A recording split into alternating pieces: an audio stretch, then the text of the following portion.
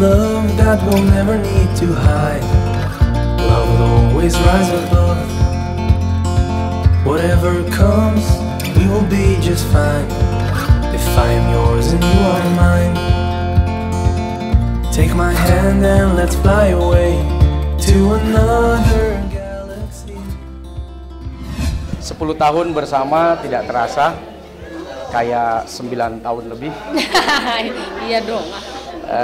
Tapi kebahagiaannya unlimited. Waktunya boleh baru 10, tapi kebahagiaannya benar-benar begitu banyak saya dan istri rasakan. Ya tentu ujian cobaan dihadapi juga penuh dengan sukacita, duka cita, tapi dinikmati. Dan alhamdulillah dengan izin Allah sampai detik hari ini Allah masih mengizinkan kebersamaan ini. Ya mungkin yang namanya menikah itu ya pasti aja ada ujiannya. Itu kalau orang bilang di 5 tahun pertama tuh mungkin agak berat ya, karena kita dua kepala, dua kebiasaan, dua tradisi yang berbeda dijadikan satu. Bentrok-bentrok itu pasti ada. Nah dalam pernikahan ini kan kuncinya tadi yang dibilang itu sama Abi Ramzi ya, mulai menikahi kekurangan pasangan, menyukai kekurangan pasangan gitu. Karena yang paling sulit ya itu suka sama kekurangan orang. Kalau kelebihan orang kan kita udah cap jempol deh gitu. Nah di sini tuh berumah tangga itu beratnya adalah menurunkan ego masing-masing. Kalau kita udah berhasil, ya udahlah buat apa yang kayak gitu diributin, ya udahlah buat apa sih ninggin ego, toh kita kalah menang juga tetap aja satu rumah, tetap aja pengennya tuh sama-sama sampai di surganya Allah. Jadi ya itulah yang harus kita redam, kita turunkan, jangan sampai jadi keributan. Kalau ada masalah kecil, anggap aja nggak ada. Masalah besar kita kecil-kecilin gitu. Menurunkan berat badan jauh lebih mudah. Kok jadi berat badan sih? Ketimbang menurunkan ego memang. Oh iya dong. Disitulah tantangannya seorang suami dan istri dalam mengemas persoalan. Bukan tidak ada persoalan. Saya, April, kita semua lah. Apalagi kalau tanya senior-senior yang sudah bertahun-tahun, belasan, puluhan tahun. Pasti mereka hidup di tengah-tengah kebahagiaan, tapi juga penuh ujian dan kesabaran. Kuncinya satu, saling memahami bahwa kebiasaan ini pasti akan terus berlangsung. Selama masih bisa ditolerir, maka tidak ada alasan untuk kita berlarut-larut. Tapi kalau kemudian tidak lagi bisa dimusyawarahkan, tidak lagi bisa ditolerir, ya tentu ada banyak jalan yang bisa diambil.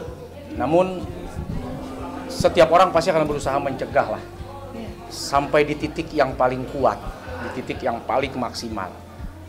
Saya biasa itu kalau April, saya diam aja. Boleh tanya, dia marah dia, saya diem. Dah, nah, mati saya nih, nanti juga dia capek sendiri. Begitu, sama, saya kalau lagi marah, dia juga sama, diem. Ambil posisi diam, posisi yang mendengarkan. Dia juga tahu, kita juga kalau udah habis bahan, dia diem sendiri. Nah setelah kita capek, akhirnya kita sadar, iya ya udahlah.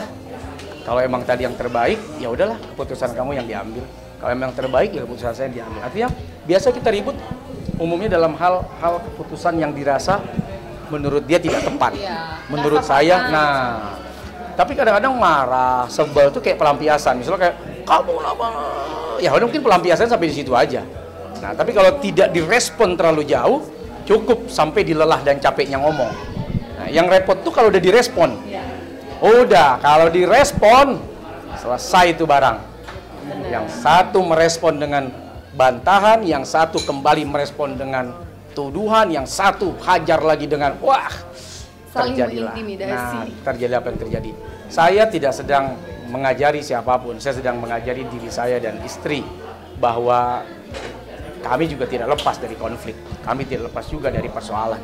Tapi kemudian orang bilang 10 tahun bertahan itu resepnya apa?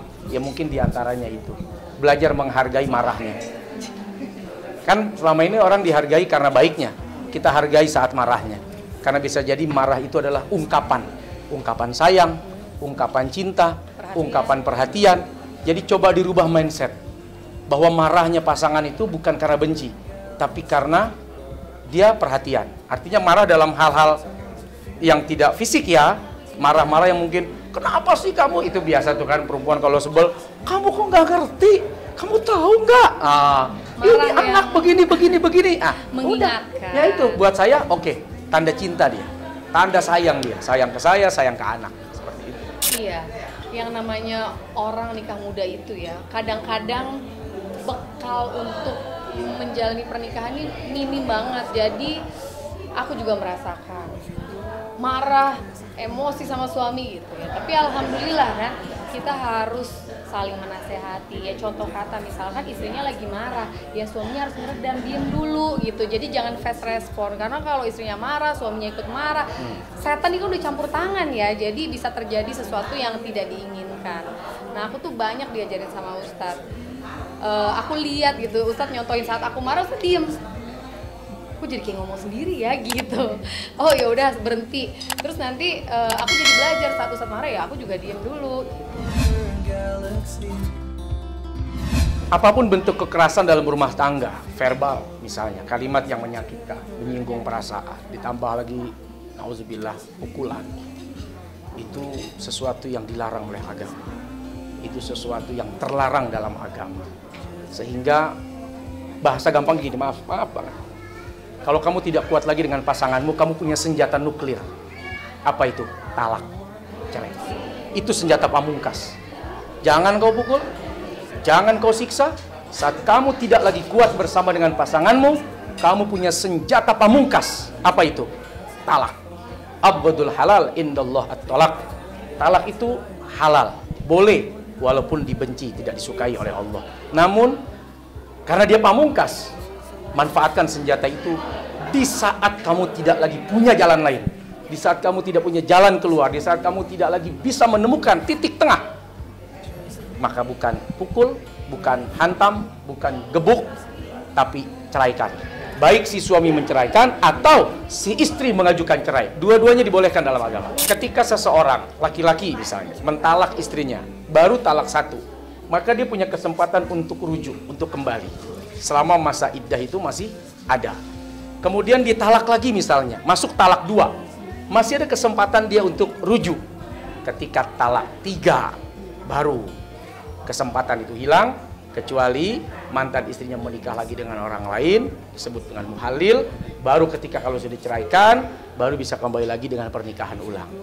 Tapi kalau masih 1, 2, talak itu masih bisa kembali, rujuk, talak raj'i namanya. Nah, tapi kalau sudah bicara KDRT, ya tentu pilihan itu kembali kepada si pasangan itu gitu. Kita tidak bisa menyampaikan bagaimana dan apa, karena keyakinan lanjut atau tidak itu bukan ada di pihak luar, tapi di pihak internalnya pasangan tersebut gitu. Kita tidak pernah bisa mengandai-andai, tapi apapun bentuk perbuatan bisa saja terulang. Ya bahasa gampangnya gini, tiap hari kita tobat, tapi bisa jadi besok sambel pedes, besok nggak ada lagi ya sambelnya ya. Jadi kalau ditanya apakah manusia bisa mengulang, ya bisa banget.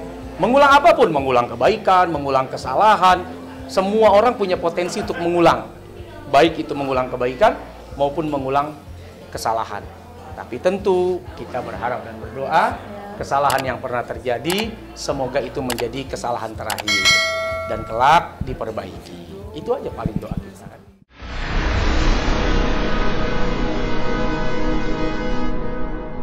Jadi jangan lupa untuk subscribe Cumi Cumi. Ditekan ya tombol lonceng merahnya.